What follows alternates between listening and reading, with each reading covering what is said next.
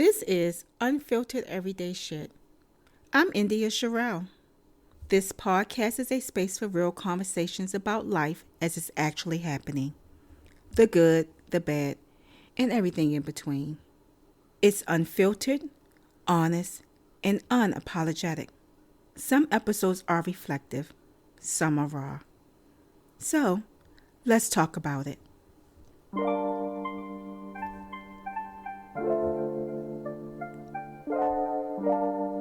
Welcome. I'm your host, India Sherelle. Before I get into this episode, I want to share this with care.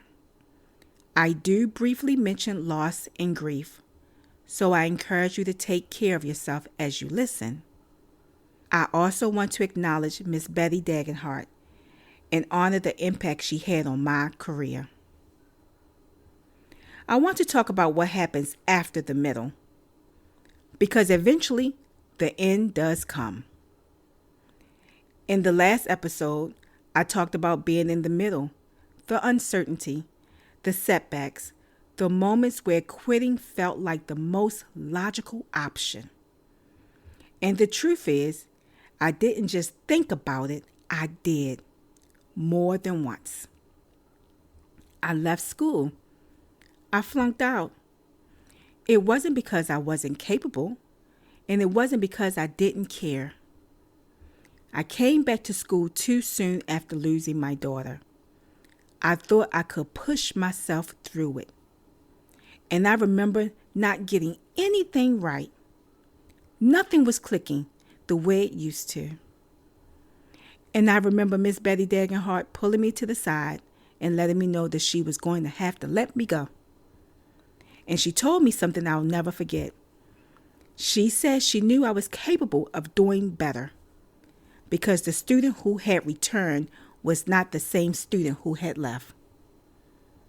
She named what I couldn't yet say out loud, that I was still grieving, and that grief was affecting everything.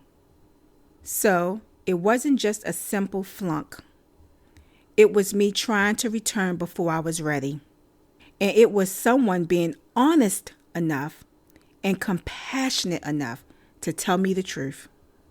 And honestly, there were plenty of reasons why walking away for good would have made sense. But life has a way of circling back. I eventually returned to school again, and it wasn't smooth, it wasn't easy, and it definitely wasn't guaranteed. There were rules in place, and technically, I wasn't supposed to be allowed back into the program. But Miss Betty extended me grace.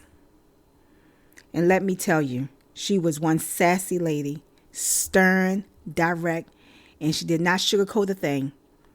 Miss Betty didn't owe me anything. She wasn't supposed to let me back into the program, but she did. She made her expectations clear. She told me exactly what needed to happen.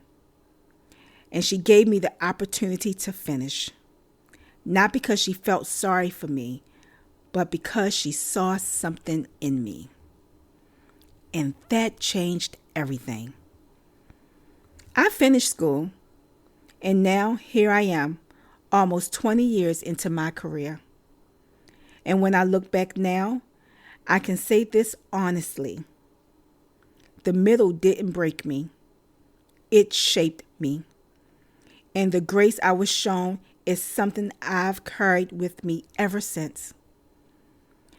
That's why I'm so adamant about showing grace to others. Because grace has been shown to me in more ways than I can count.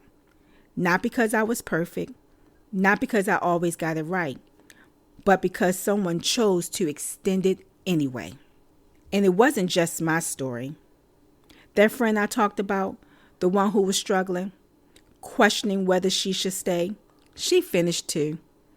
She stayed the course through her own middle, and she made it to the other side. Not because things suddenly became easy, but because neither of us quit. So, if you're listening to this and you're still in the middle, I want you to know something.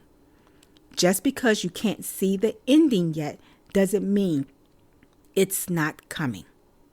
And just because you stumbled doesn't mean the door is closed forever.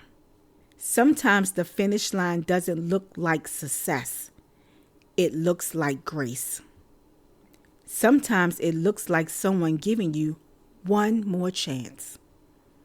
Sometimes it looks like you choosing to believe in yourself again.